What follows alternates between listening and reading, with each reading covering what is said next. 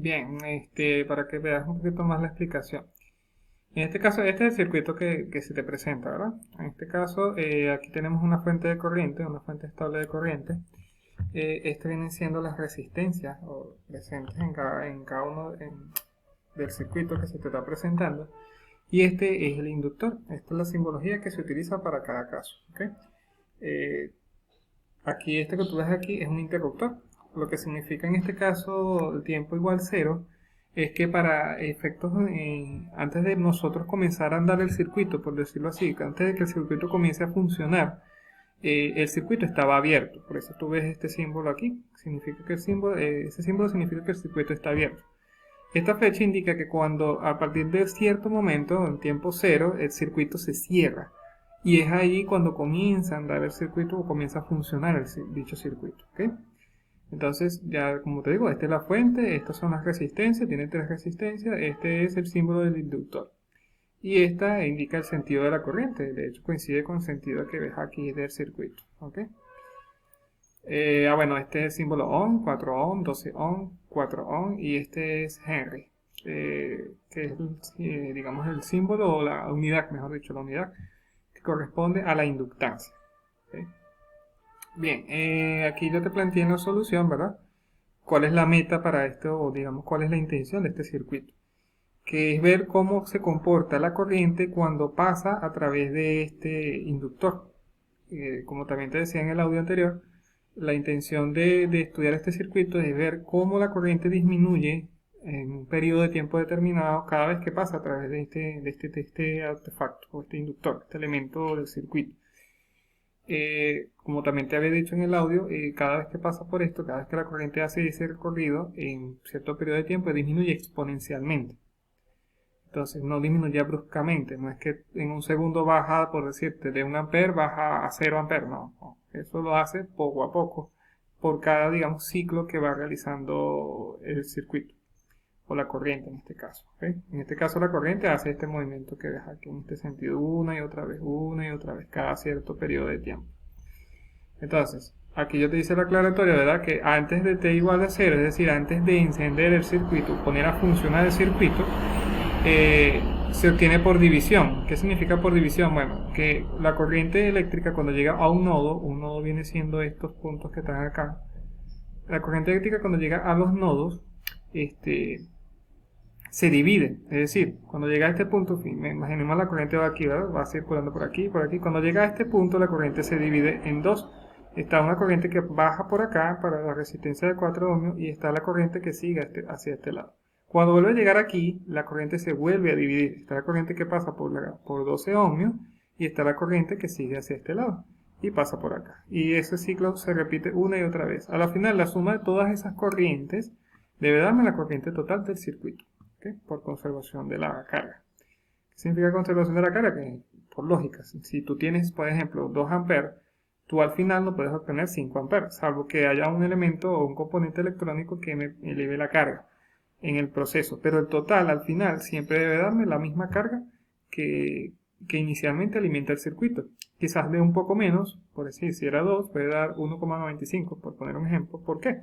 Bueno, porque se pierde cada cierta cantidad de energía por efecto del calor. Es lo que nosotros vemos con los dispositivos eléctricos que se calientan, como los televisores, computadoras, etcétera, y necesitan un sistema de refrigeración. Bueno, puede ocurrir que la cantidad de carga disminuya ligeramente, pero en líneas generales debe ser aproximadamente la inicial, nunca puede ser mayor. Entonces, antes como decía aquí, antes de t igual a 0, ¿verdad? Como el circuito estaba abierto, al estar esto abierto, cuando la corriente pase por aquí, no tiene a dónde pasar para el otro cable, porque el circuito está abierto. Esto te lo estoy hablando en un lenguaje cotidiano. Entonces, como la corriente aquí no va a hacer nada, porque está abierto el circuito, es como si yo tuviera dos cables pelados, digámoslo así. Entonces, esta rama desaparece. Esta rama del circuito desaparece. No la tomo en cuenta porque la corriente aquí no hace nada. Entonces, si de esta rama desaparece, ahora me quedaría la fuente, por supuesto, y me quedaría la resistencia y esta resistencia con el inductor, que es este circuito que tú ves acá. ¿Okay? Si te das cuenta, la única rama que falta es esta que iría aquí, que no está presente, por lo que te acabo de decir. Entonces, las resistencias en paralelo se suman a nivel de fracciones. ¿Okay? Siempre es 1 sobre la resistencia.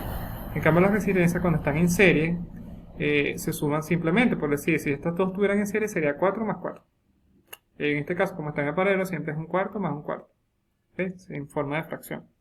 ¿Cómo sé yo que están en paralelo? Porque esta resistencia está en un cable, como ves aquí, y esta resistencia con el inductor está en otro cable.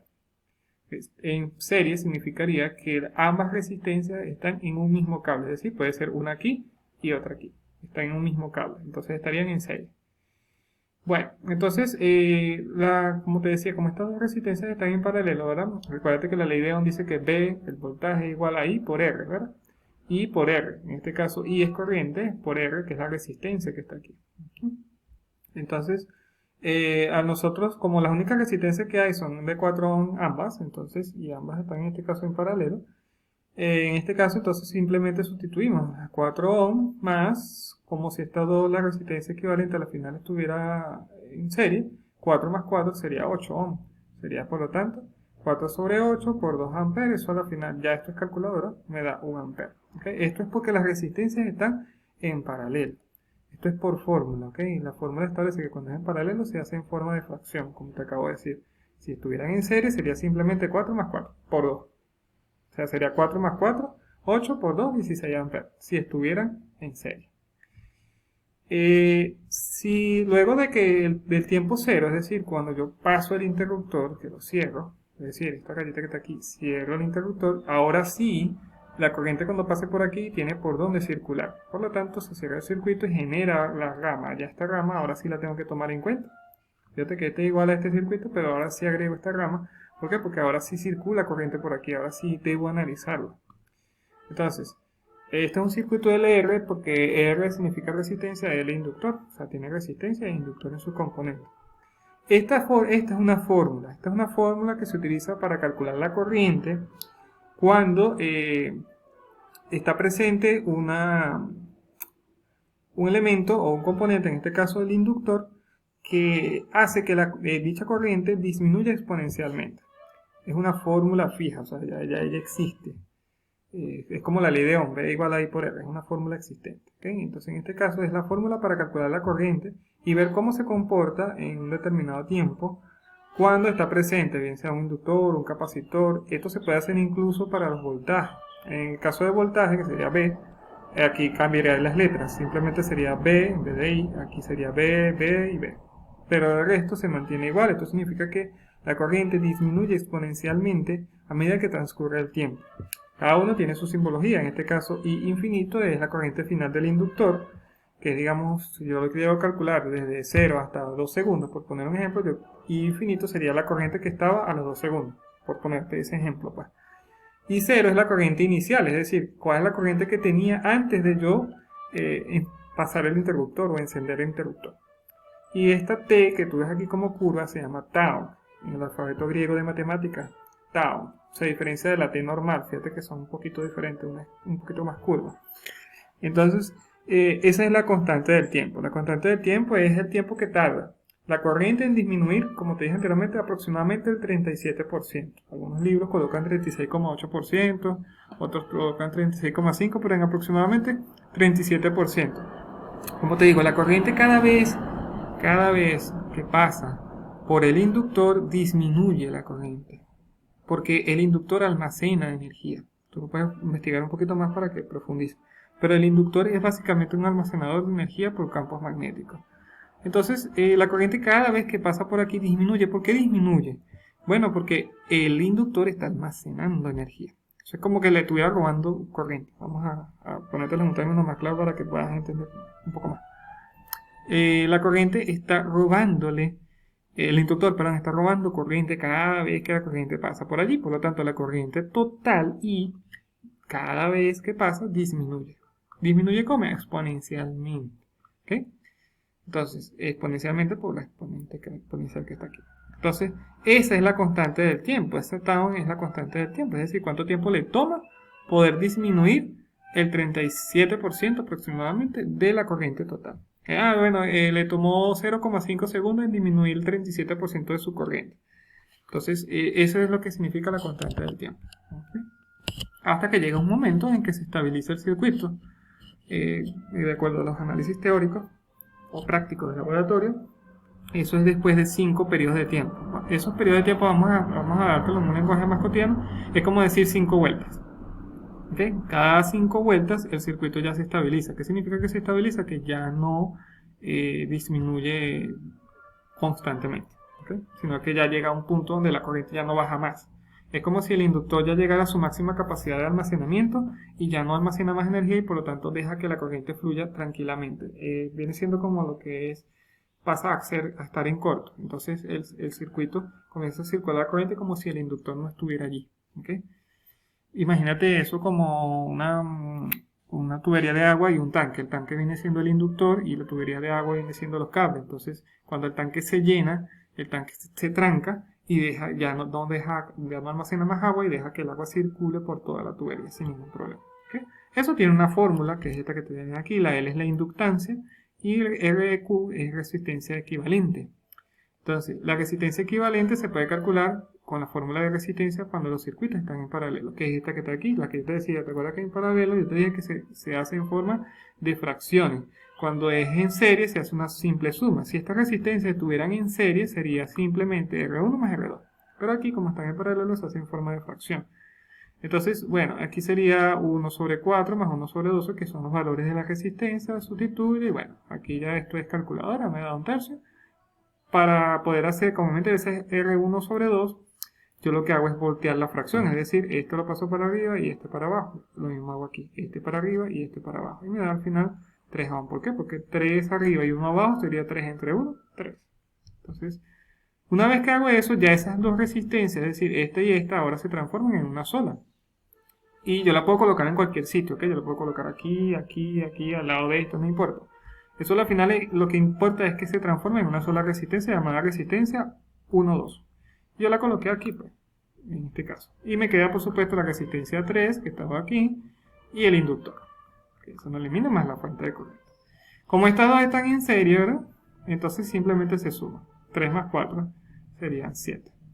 Ahora sustituimos eso en la ecuación de la constante de tiempo, que es esta que tienes aquí. La inductancia es 3,5 Henry. La resistencia equivalente ya vimos que era 7. Al meter esto en la calculadora me da un medio de segundo. ¿Segundo por qué? Porque es unidad de tiempo. Estamos hablando de tiempo. Ya conocemos el I sub 0 porque ya lo calculamos arriba, el primerito que me dio por aquí 1 ampere. El I sub 0, recuérdate que es la corriente inicial, la primerita, antes de yo cerrar el interruptor. Eso es 1 ampere. La corriente final, que es I infinito, es simplemente como estas resistencias están en paralelo, la resistencia R12 y la resistencia R3, entonces simplemente lo resuelvo en forma de fracción, ¿okay? Por la corriente que está circulando, o la fuente de corriente, que en este caso es 2 amperes. Esto es carpintería, esto también es por fórmula. ¿Te acuerdas que es la misma fórmula? Si tú te das cuenta, es la misma que usamos aquí, ¿okay? Obviamente ya con los valores de este circuito, que son la resistencia 1,2 y R3. Entonces, bueno, aquí lo que hago es sustituir, porque yo conozco cuánto vale R12, R3 y R12. Bueno, esto ya es calculadora, me da 6 sobre 7 amperes. Ahora, ya tengo I sub 0, tengo I infinito y tengo tau, o la constante del tiempo. Entonces, eso es lo que yo voy a sustituir en la ecuación 1, que fue la primerita que te puse aquí arriba. Esta. Que la volví a colocar aquí abajo para recordarla. Entonces, lo que hago es sustituir I infinito, o la corriente final, ya la calculamos, 6 sobre 7, más la corriente inicial, 1 ampere, que fue la que te dije ahorita, menos otra vez la corriente final, 6 sobre 7, T, que no sabemos cuánto es, y la constante del tiempo, que es 1 medio. Bueno, aquí por doble C me queda 2, resolviendo esto me da 1 séptimo, saco factor común 1 séptimo, y me queda 6 más, porque como saqué el sobre 7, me queda el 1 aquí, y la exponencial. Ampere. Ampere, ¿por qué? Porque estamos hablando de corriente. Y esta es la función que describe cómo varía la corriente cuando pasa a través del inductor, la cual disminuye exponencialmente, disminuye por este signo negativo que tú ves aquí, exponencialmente cada vez que pasa por dicho componente. ¿Okay? Eso es básicamente lo que se resuelve en este ejercicio. Cualquier duda, bueno, me avisan de todas formas.